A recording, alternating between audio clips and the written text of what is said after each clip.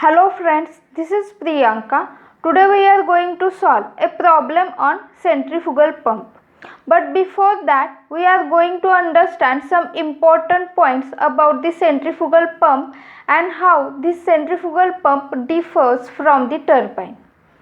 Now if we compare the turbine and centrifugal pump, what is the main difference?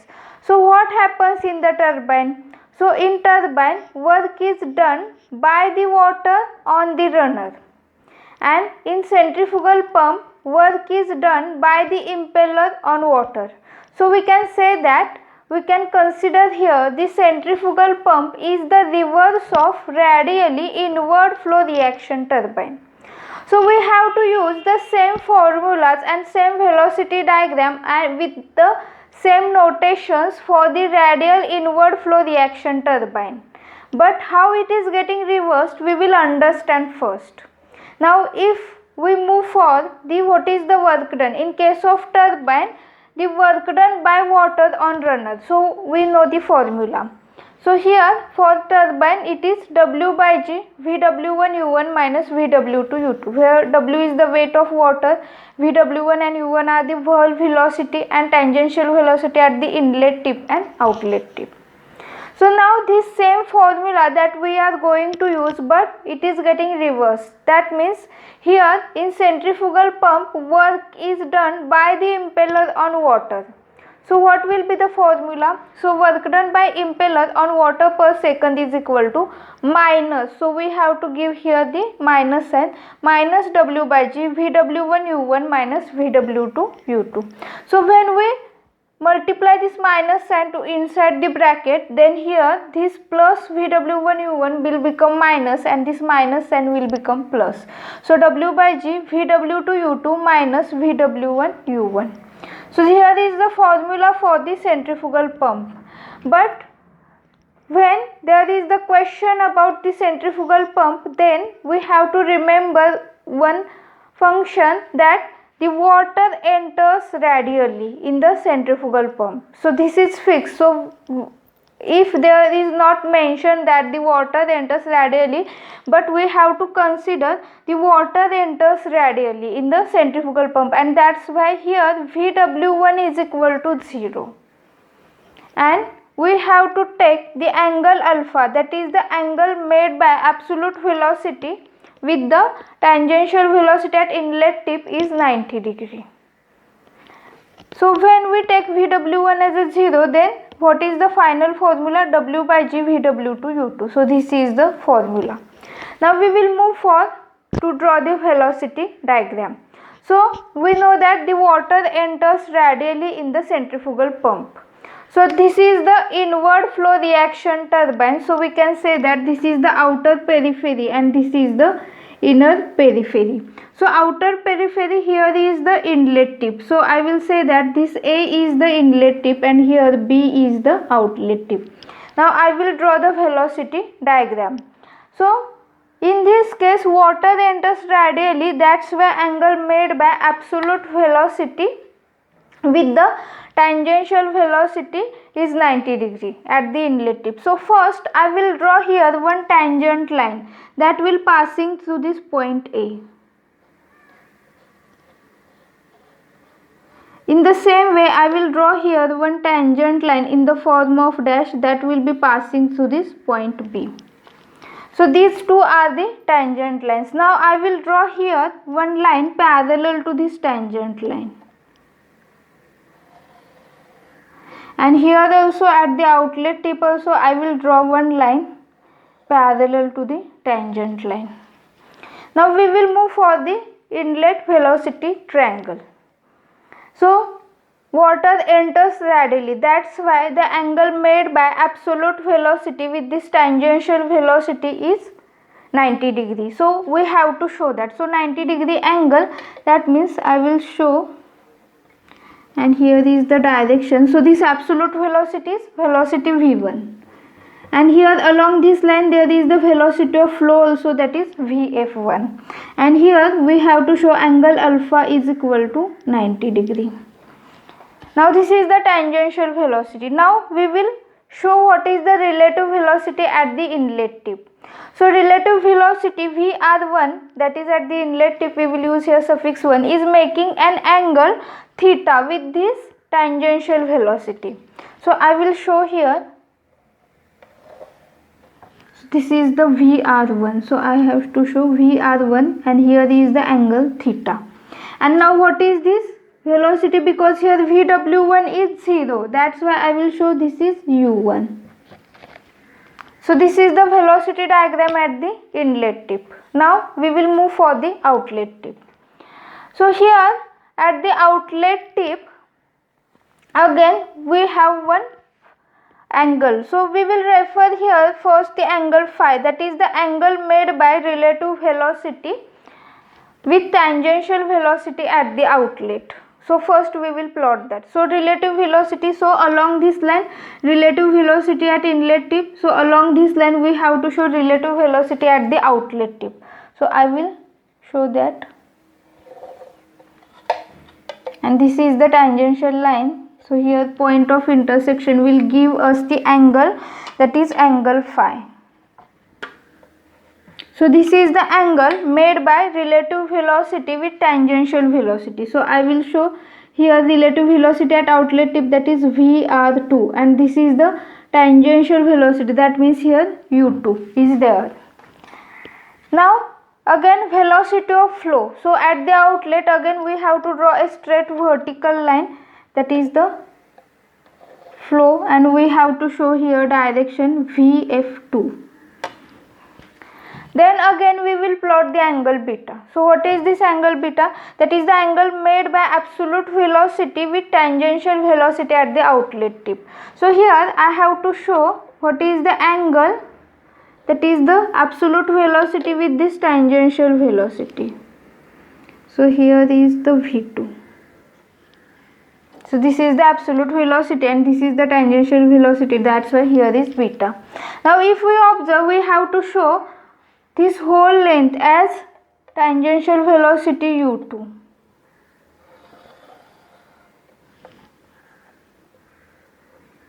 That is u2 is greater than Vw2, and this first point up to, that is the point of intersection of this V2 and this Vf2, we will show this velocity as a Vw2. So this is the velocity diagram at the outlet tip. So with the help of this velocity diagram, we are going to solve one question. First, I will read what is the given problem. A centrifugal pump having outer diameter equal to 2 times the inner diameter and running at 1000 rpm works against a total head of 40 meters. The velocity of flow through the impeller is constant and equal to 2.5 meter per second. Vanes are set back at an angle of 40 degree at outlet. If the outer diameter of the impeller is 500 mm and width at outlet is 50 mm, determine first vane angle at inlet, second work done by impeller on water per second, third manometric efficiency. So this was the given question. Let us first understand the given data. Now if we observe here, d2 is twice of d1, that is given, and d2 is 500 mm. So what is the standard unit, that is meter, so we can say that it is 0.5 meter. So from this value we can calculate d1, that is d1 is d2 by 2. So d1 is 0.25 meter. Then speed in rpm is given, n is equal to 1000 rpm, then head is given, hm is 40 meter, then the velocity of flow is given constant. That means when the flow velocity is given constant, means what, Vf1 is equal to Vf2, because there are no losses when this water is flowing through this impeller, and that's why we can say that Vf1 is equal to Vf2, which is equal to 2.5 meter per second. Then the vane angle at outlet is given. So this vane angle at outlet is known as this angle phi. So it is 40 degree. Then the width at outlet is given B2 is, so width we will say at outlet we will use here suffix 2. So 50 millimeter, that is equal to 0.05 meter. So this is the given data. So from this data we will first find out what is the tangential velocity, that is this velocity u1 and u2 at the inlet and outlet. So we have formula, that is at inlet we will use pi d1 n by 60, and for outlet we will use pi d2 n by 60. So if we observe d1 and d2 are known, n is also known. So if we put here formula values, then u1 is 13.09 meter per second and u2 is 26.18 meter per second. Now discharge Q. So how to find out this discharge Q? So discharge Q remains constant from this inlet to the outlet tip. So Q is, we will use the formula pi d2 b2 vf2. So pi d2. So what is this d2? That is diameter d2. Then b2, that is width at outlet, and then vf2, that is 2.5. So all the values are known. So when we put here value, we will get the answer 0.1963 meter cube per second. Now we will move for the first question. So what is the first question? That we have to find out vane angle at inlet. So vane angle at inlet is theta and vane angle at outlet is phi. So we have to find out this theta. So from this velocity triangle, so if we observe this tan theta is equal to Vf1 divided by u1. So we can say that Vf1 that is known and u1 that we have calculated. So what is the value of Vf1? That is 2.5, and what is the value of u1? That is 13.09. So when we put here, we will get 0.191. And what is the value of theta? That is tan inverse of 0.191, that is 10.81 degree. Now we will move for the second question, that is work done by impeller on water per second. So we have formula W by G VW to U2. But if we observe the weight of water, that is the value of W is not given. So how we can calculate this? So weight of water, so we can say that it is equal to rho GQ. So rho is the density of water, G 9.81, and Q that is discharge. So Q that we have already calculated, that is the discharge. So we can use that value Q, and here G is getting cancelled. So we will take here value rho 1000, then Q 0.1963, then value of VW2. So now this VW2, if we observe, that is not known value. So we will take as it is, and value of U2 that is 26.18. So again we have to move for the calculation of VW2 value. So how to calculate? Now here the angle phi is given in the question. So if we observe how to find out this value of VW2. So if I take here tan phi, so tan phi is equal to Vf2 divided by this distance. So what is this distance? That is U2 minus VW2.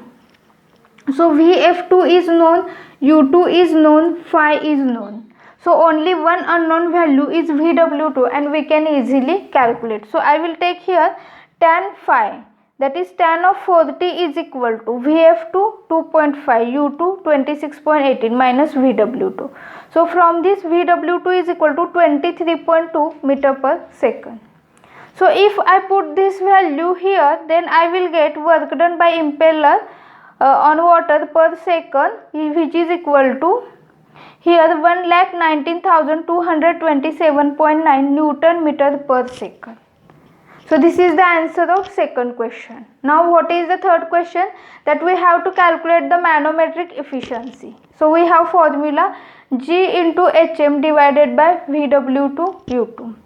So here the value of HM, that is head, is given 40. So G is 9.81, VW2 that we have calculated, U2 is also calculated. So answer is 0.646.